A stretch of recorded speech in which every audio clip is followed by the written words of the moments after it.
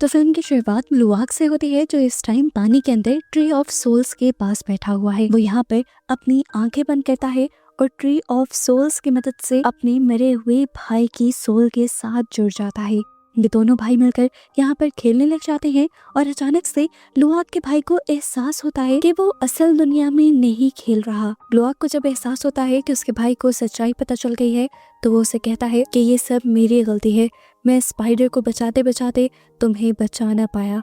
ये बात सुनकर लुआक का भाई उदास हो जाता है, लेकिन फिर अपने भाई से कहता है कि तुम्हें उदास नहीं होना चाहिए, स्पाइडर को बचा के तुमने ज्यादा अच्छा काम किया है। हम तो ट्री ऑफ सोल्स की मदद से मिल सकते हैं, बात कर सकते हैं, मगर स्पाइडर इंसान है, अगर वो मर जाता तो तुम उससे कभी बात ना कर पाते। यहाँ पर हमें एहसास होता है कि अवतार की ये जो दुनिया है पेंडोरा, इस दुनिया के अंदर हर चीज आपस में बहुत ज्यादा कनेक्टेड है।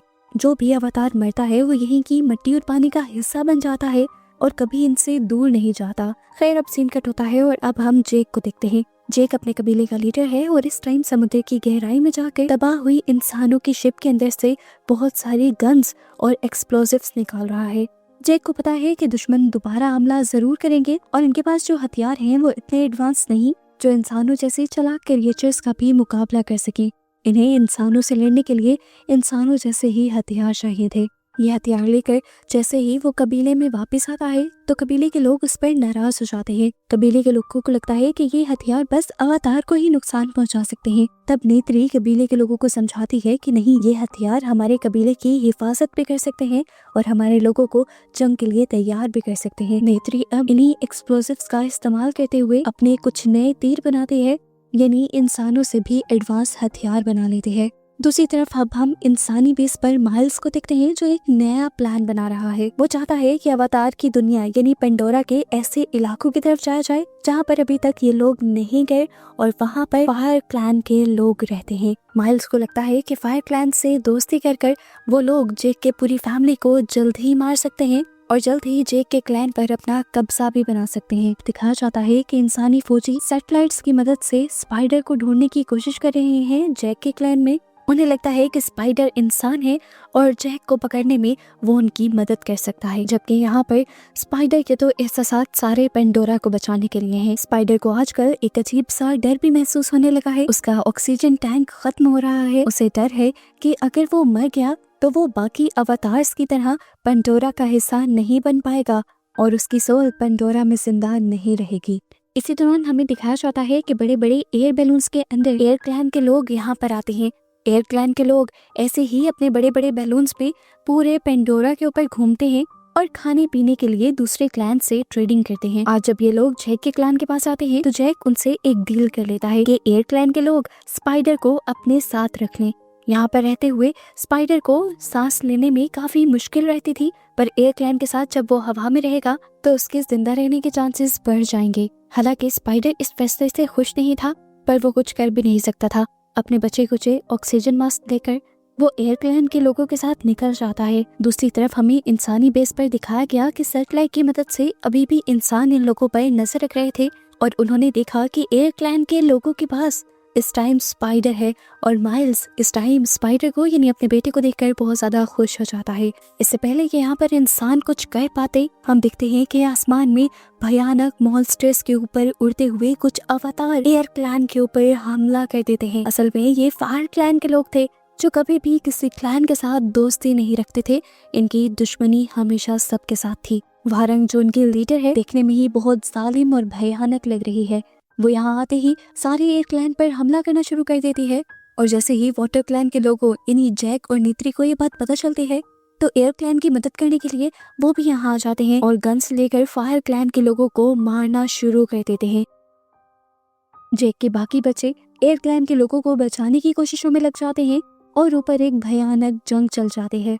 यहाँ जैक जब एक फायर अवतार को मारने की कोशिश करता है तो उसकी गोली गलती से एयर क्लैन के बैलून में लग जाती है और बैलून फट जाता है। इससे पहले कि वो आग में मर जाता, वो भागकर नीचे की तरफ जंप कर लेता है। वो बैलून भी अब जलकर नीचे गिर चुका था।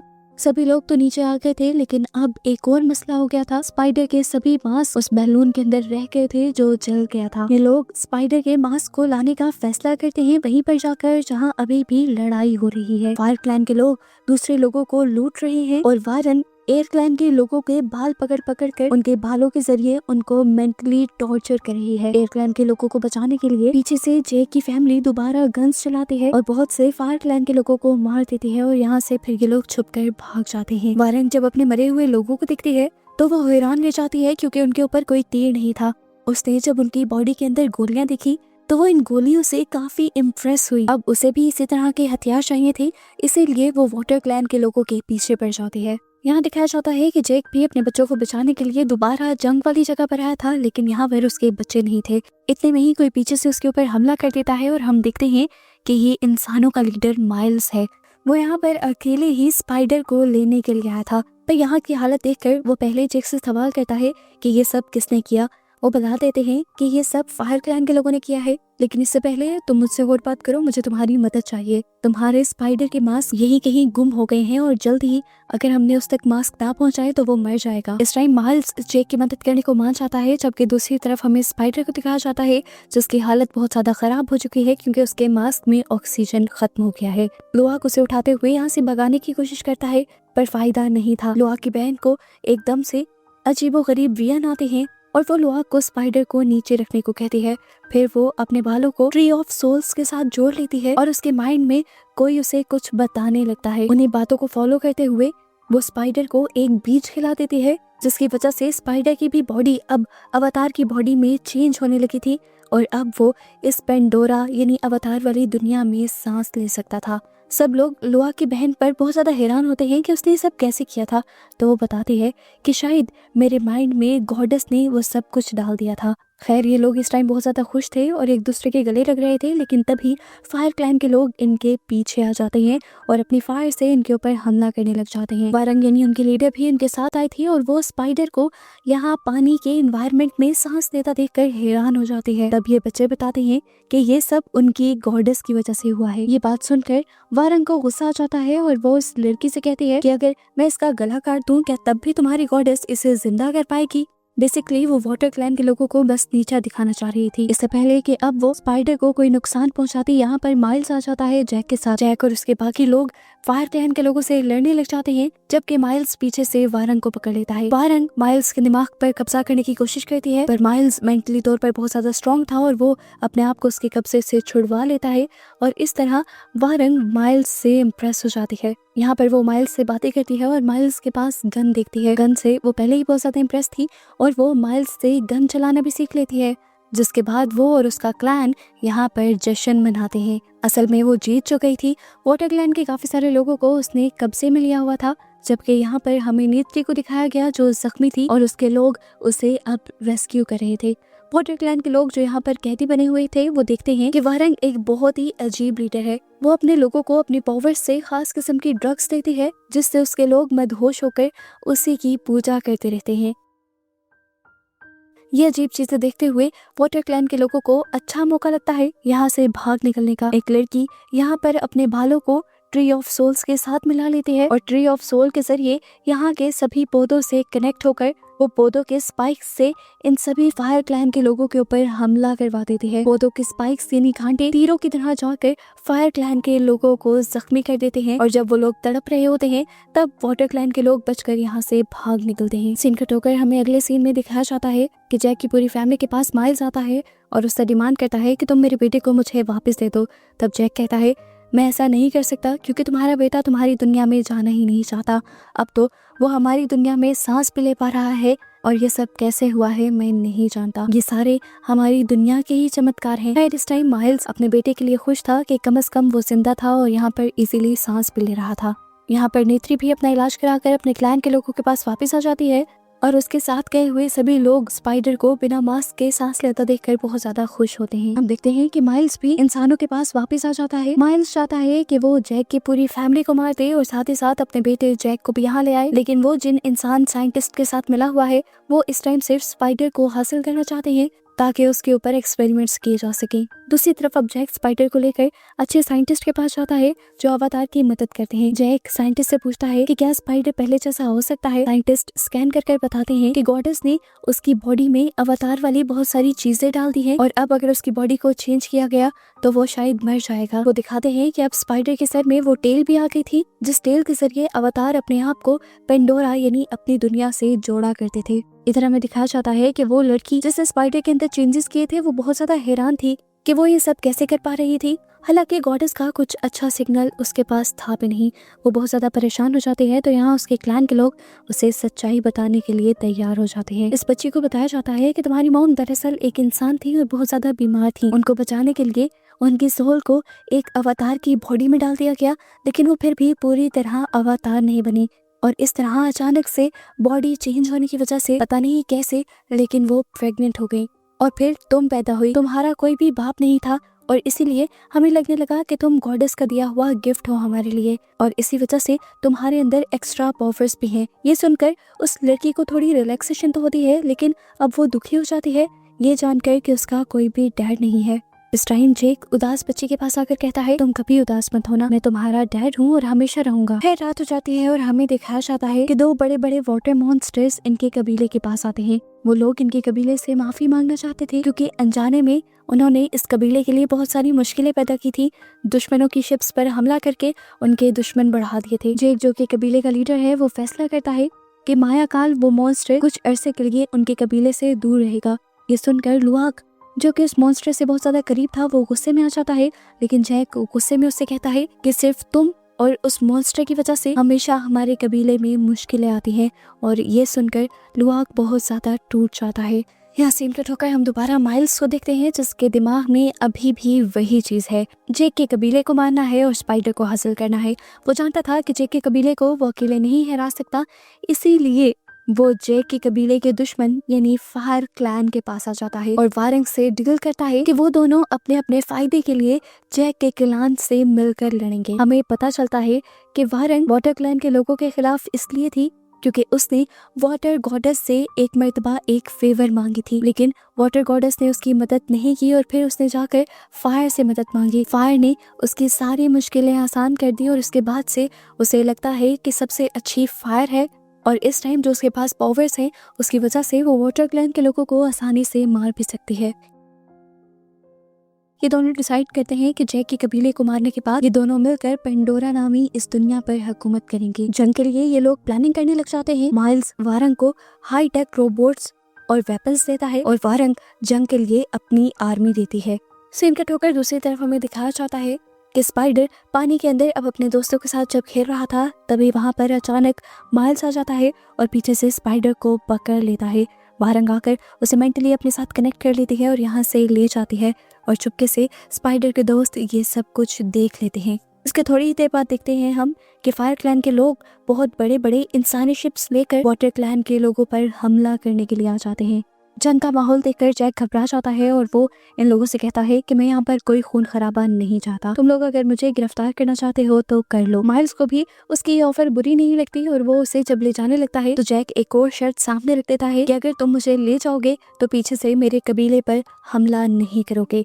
माइल्स उसकी ये भी शर्त मान जाता है और ये लोग इंसानी कबीले में चले जाते हैं। ये लोग वहाँ पर जैक को किसी ट्रॉफी की तरह लेकर जा रहे थे और बहुत सारे इंसान उसकी पिक्चर्स ले रहे थे। वारंग भी उनके साथ इंसानी कबीले के अंदर आई थी और डैनी उसे देखकर बिल्कुल खुश नहीं थी। वो माइल्स से कहती है कि तुम वारंग को यहाँ क्यों लेकर आए हो, तो माइल्स उससे कहता है कि आज अगर हमारे पास स्पाइडर और जैक है तो ये सब वारंग की वजह से ही हुआ है। कुछ देर बाद दिखाया जाता है कि इंसानों ने स्पाइडर के ऊपर एक्सपेरिमेंट शुरू कर दिए थे ये जानने के लिए कि वो पेंडोरा पर सांस कैसे ले रहा था। दूसरी तरफ पेंडोरा में हम लुआक को देखते हैं जो अपने फ्रेंड वाटर मॉन्स्टर माया खान को पानी में ढूंढ रहा है अपनी दुनिया को और अपने कबीले को बचाने के लिए, लेकिन पानी में ही उसके ऊपर बहुत सी खूनखार मछलियां हमला कर देती हैं।